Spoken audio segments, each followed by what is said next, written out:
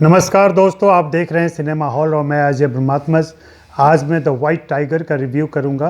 The white tiger Aravind Adiga के उपन्यास पर आधारित है। यह उपन्यास 2008 में बुकर प्राइज़ से पुरस्कृत हो चुका है।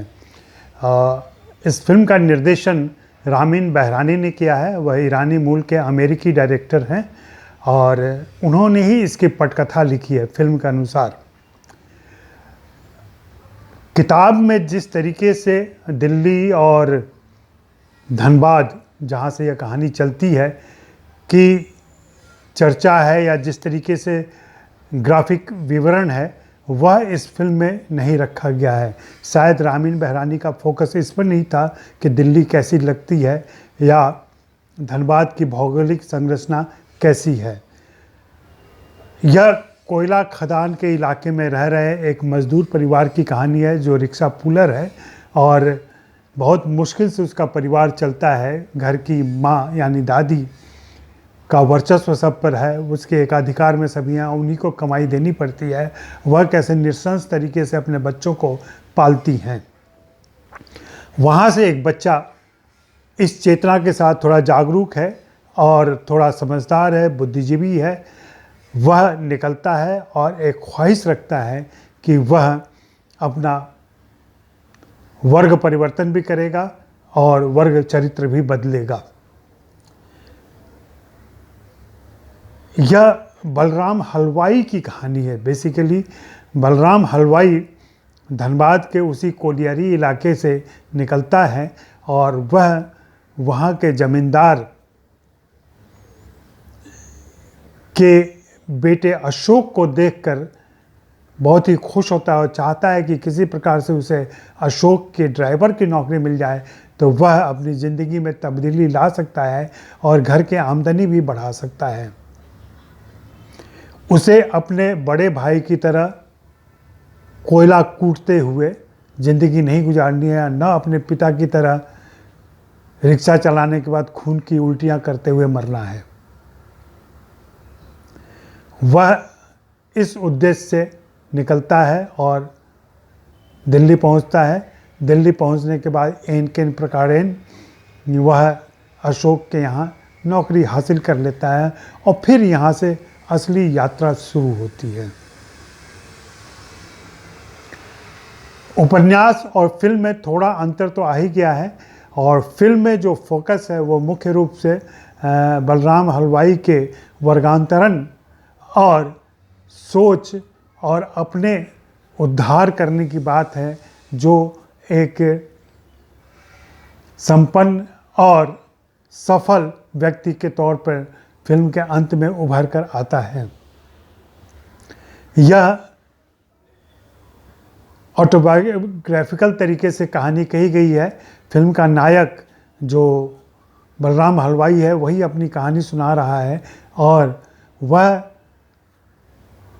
चीन के प्रधानमंत्री जो भारत आने वाले हैं उनको एक पत्र लिखना चाहता है और चाहता है कि चीन के बारे में उनसे कुछ जाने, कुछ सीखे और उनके साथ एक सांठगांठ करे।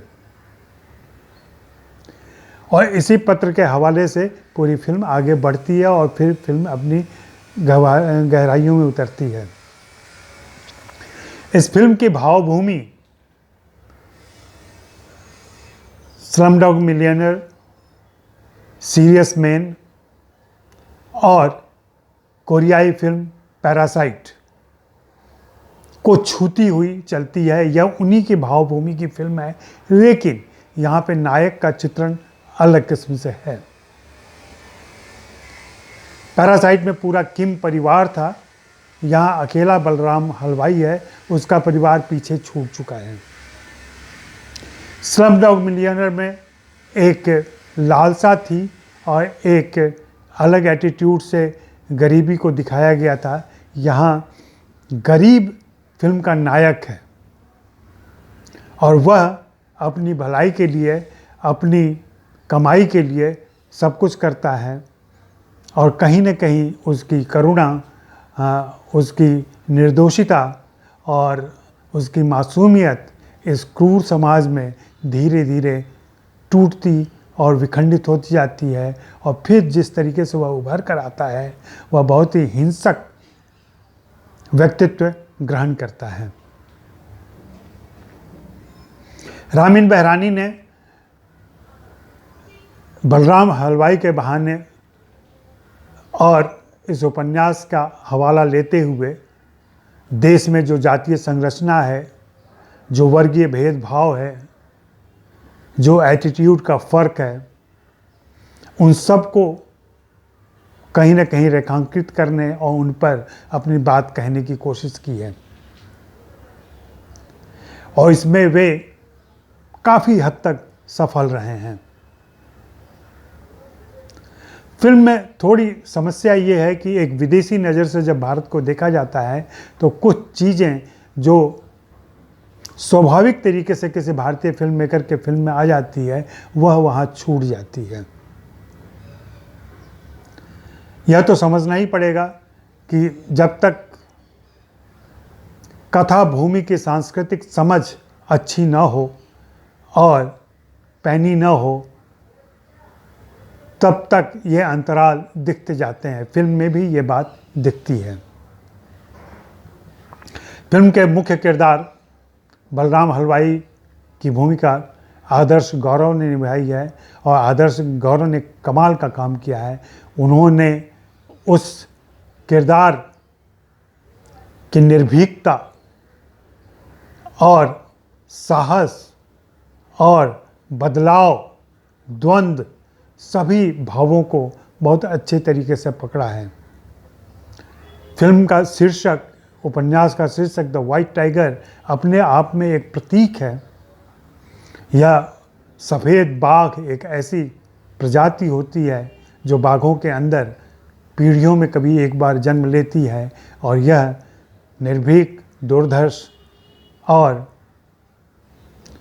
अपनी प्रजाति के दूसरे जानवरों से थोड़ी ज़्यादा चालाक होती है। वही वाइट टाइगर जब ह्यूमन रेस में आती है तो आप कह लें कि बलराम हलवाई जैसा किरदार हमें मिलता है। आदर्श गौरव ने बहुत ही अच्छा काम किया है, बहुत बेहतरीन और संजीदगी के साथ काम किया है और उन्हें और भी फिल्में मिलनी चाहिए। फिल्म में प्रियंका चोपड़ा जोनास की कास्टिंग परफेक्ट है। उन्होंने अपने किरदार को, पिंकी के किरदार को, जो एक निचले तबके से उभर के ऊपर आई और अपना कैरियर बना चुकी लड़की की कहानी है, जिसे अशोक में बहुत संभावनाएं दिखती हैं पिंकी को, और वो वहाँ से उसके साथ भारत आती है। लेकिन भारत में अशोक के परिवार में जातिगत भेदभाव, अमीर गरीब के प्रति एटीट्यूड देख करके वह बिदक जाती है और अपने ससुर तक से झड़प करती है। आखिर फिल्म में एक ऐसा मोड़ आता है जब वह सब कुछ नहीं झेल पाती और लौट जाती है। अशोक भारत में आर्थिक उदारीकरण का फ़ायदा उठाना चाहता है।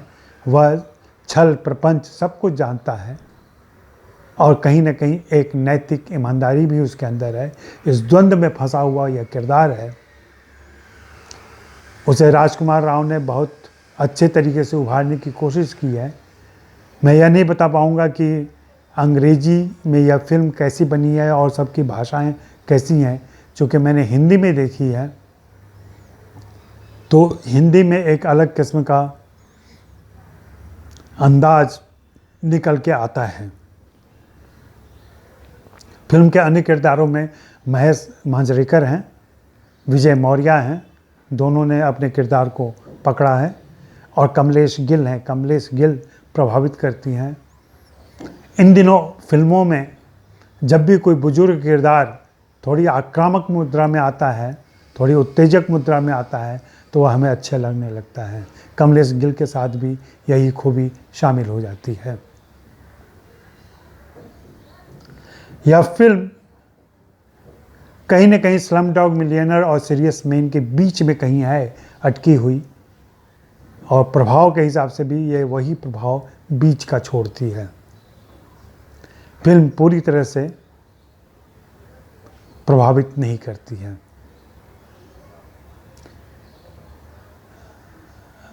रामीन बहरानी ने फिर भी एक ईमानदार कोशिश की है और अपने तय भारत को समझने और भारत के चारित्रिक विशेषताओं को समझने, सांस्कृतिक अनुभूतियों को ग्रहण करने और जातिगत भेदभाव, समीकरण और अमीर गरीब के फ़र्क को पकड़ने की कोशिश की है और इसमें जैसा कि मैंने पहले कहा काफ़ी हद तक वे सफल रहे हैं। इस फिल्म को मैं 3 स्टार देना चाहूँगा। आप अपनी सुविधा से इस फिल्म को हिंदी, अंग्रेजी, तमिल, तेलुगु में देख सकते हैं।